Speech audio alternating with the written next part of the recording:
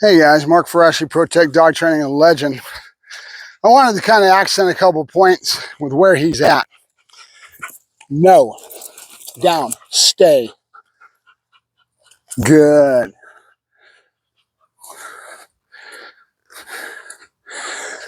Good. Legend, sit. Good. That's our boy, good. And basically what I've done is I've installed those reward placements. And keep in mind what we're trying to achieve with that overall installation, layering in these reward placements. Good boy, and good, good. Legend, yes, good boy, good. That's our boy, good boy, yeah, good boy, good boy.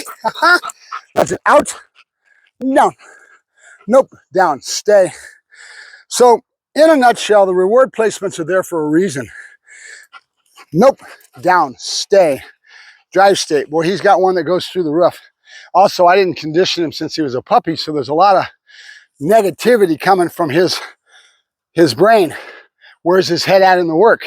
When I condition a puppy and I condition a dog overall, my dog's heads are pretty much in a very nice, stable spot, and I can get a lot of good flow on my training. I'm trying to basically not recondition totally because there's a lot of training already in the dog, but I'm trying to mesh in my philosophies and my points of view into a lot of this. Legend, heel, nope, nope.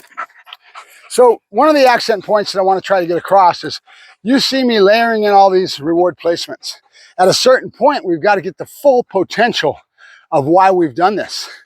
And we've done it so that we get behaviors that are in opposition. If the dog forges, this one's going to be the one to fix it, because look where the dog's head. He wants it, anticipatory want. He wants that ball, and now he's going to stay a little bit back because he's going to have to go behind the body and no. Instead of in front. Heel. Legend. Heel. Good. That's a good. Yes. Good boy. Good. Instead of in front. Out. Each one of these reward placements has a reason. Legend. Ball. Okay. So I've set in a time level. I'll keep working on it. But now what we're after, once he starts to understand these reward placements, is to bring it to the next level. Out. So that you start to get the full potential out of why you've installed these. Otherwise, it's a waste, right? Legend, heel. Good. Nope. Good. That's my boy. Good. So if you ever watch somebody that's a high performance sport person, the reason they're high performance is because they've reached a criteria of perfection in what they're doing, the criteria of whatever routine they're working on, that the dog is in exactness. And I like to use Legend, good boy, good. There you go, good. I like to use down, stay. Oscar Mora is a great example because of Guapo. If you ever watch him healing, Guapo is just so precise with where he's at. And he does his left-hand turn, Guapo turns. All that high performance criteria is what gets him the points. In other words, perfection within the work. That's why Schutzhund is one of the hardest sports there is out there, because their criteria, what they expect of the dogs, is exactness. Right, and as the people climb up higher and higher, they go from a club event, then they go to regionals, then they go to nationals, and then they go to world. Right, as they get up higher that ladder, the expectations of that criteria become more and more exact, because now they're competing to a group of people that all their level of perfection is expecting higher. The criteria that screw gets tightened down tighter and tighter as far as that perfection. And that's the one thing that Schutzhund has over all the other sports, is their perfection within the sport. You see ring sport, the dogs work, but they push on the handler. They don't expect as much in a lot of different areas, but it also has its own criteria that's very tough to train for and to get. And they have a lot of expectations. So when you have this reward placement, we're at a point now that he's starting to understand all these. Here, good. But I need to smooth out. I need perfection on this. I need a position box to get him to be exact. I need to make this stuff go to that next level of exactness within what we're asking for. But I'm not doing these videos to do that for you. You're going to have to do it for yourself. But I'm doing the videos to show you the basics of good, good. Yes, good boy, good. Of what I expect. Out. as far as learning to learn and the science of learning. Out. We touched on variable reward. Out. Good. Sit. Down. Nope. Down. Good. There you go. Good boy. Elbows on the ground. I got to keep insisting on that. So let's go over that real quick. Behind the back is designed to teach the dog from forging out in front. Good. So he doesn't have the tendency to do just what he was doing, spinning out in front. He's not going to have a want to do that because he's expecting it to come behind my back, right? Yep.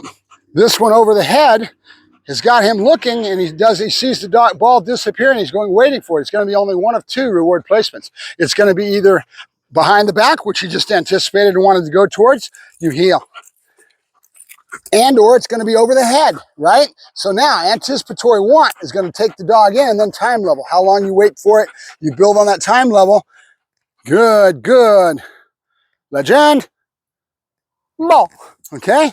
So now he starts to expect where it's going to be, and now you start building on time level, and then your exactness within the work can start to rise once you've got him layered in. They're rough right now with him, okay? He understands where they're going to be. They're rough. And then I don't have that next level of criteria reached yet. Out, down, nope. But again, as usual, nope, down. Good, good. Good boy, Legend. Good, Legend. Get it, get it, get it. Okay, so from this point, I could start smoothing all this out and getting those exactness that you saw with the Buddy. Buddy has it pretty well wired. Out.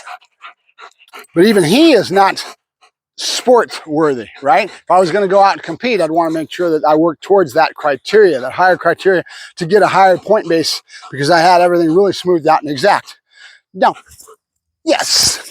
Okay, so that's kind of where it's at. I'm going to leave it on this lesson as far as reward placement, variable reward, anticipatory want. We've covered all these things. That's what this whole thing is all about, to try to show you some of that, right? What you can get by applying out reward placement, variable reward, anticipatory want, how that's going to increase, being cognizant and aware of drive state.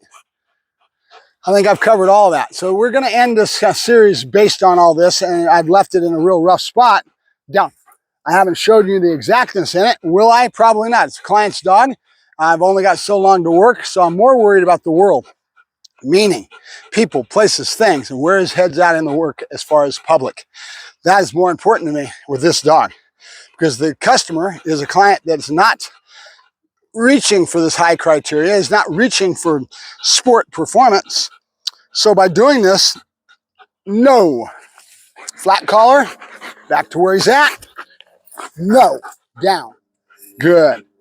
Notice if I would grab the pinch, there's constant pain. That's not fair to the dog. That's why I always leave a flat collar on the animal. Good. Legend. Good. Legend. Yep. Good boy. Yep. Good boy. Good. And all he's going to do, you go free hunt. You go free hunt, is look for the toys, because that's all he cares about, which is fine. Good. Good boy. So where I care about this dog's head going in the work is more about how he acts in public, right? But I've done this because I wanted to bring his head in the right spot. Good boy. Yeah. Good. No. Stay.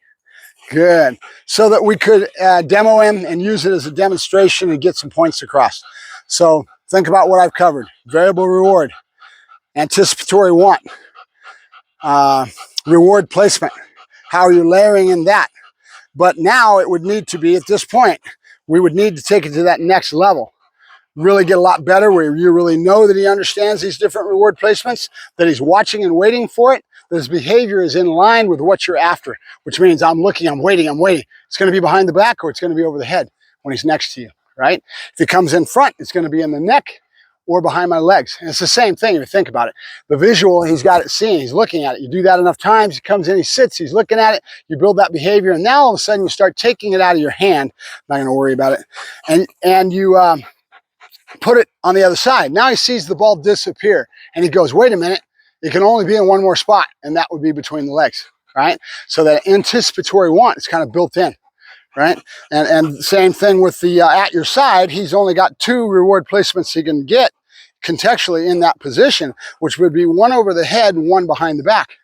right? Can I increase more? Sure you could, but these are the ones that I use most of the time for my healing and that sort of thing. But I really want to install that mental aspect in the dog, that I have something to work with to go to that next level of higher criteria. In other words, perfection in the work. And that's only going to be you pushing for that. Do you want that in your sport, and you want that, and you're really out there for to get the points? Then you've got to take yourself up to that next level using the tools in your tool bag that you put in, right? Reward placement is one of those tools, right?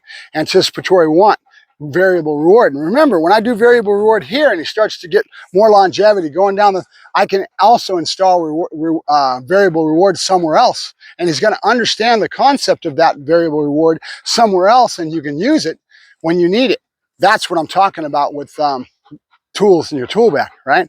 Because the more I have something in my tool bag that the dog understands, and you've already used it, you can use it over here for something else, which makes it a very valuable thing, right? So keep it in mind. All right, Mark Ferrasci, ProTech Dog Training and Legend. Down. Stay. Signing off. I'll talk to you guys later. Bye-bye.